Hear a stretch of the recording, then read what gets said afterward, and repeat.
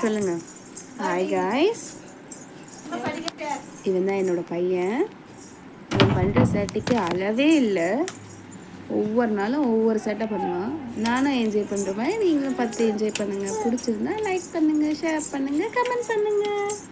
சொல்லுங்கள் நீங்களும்.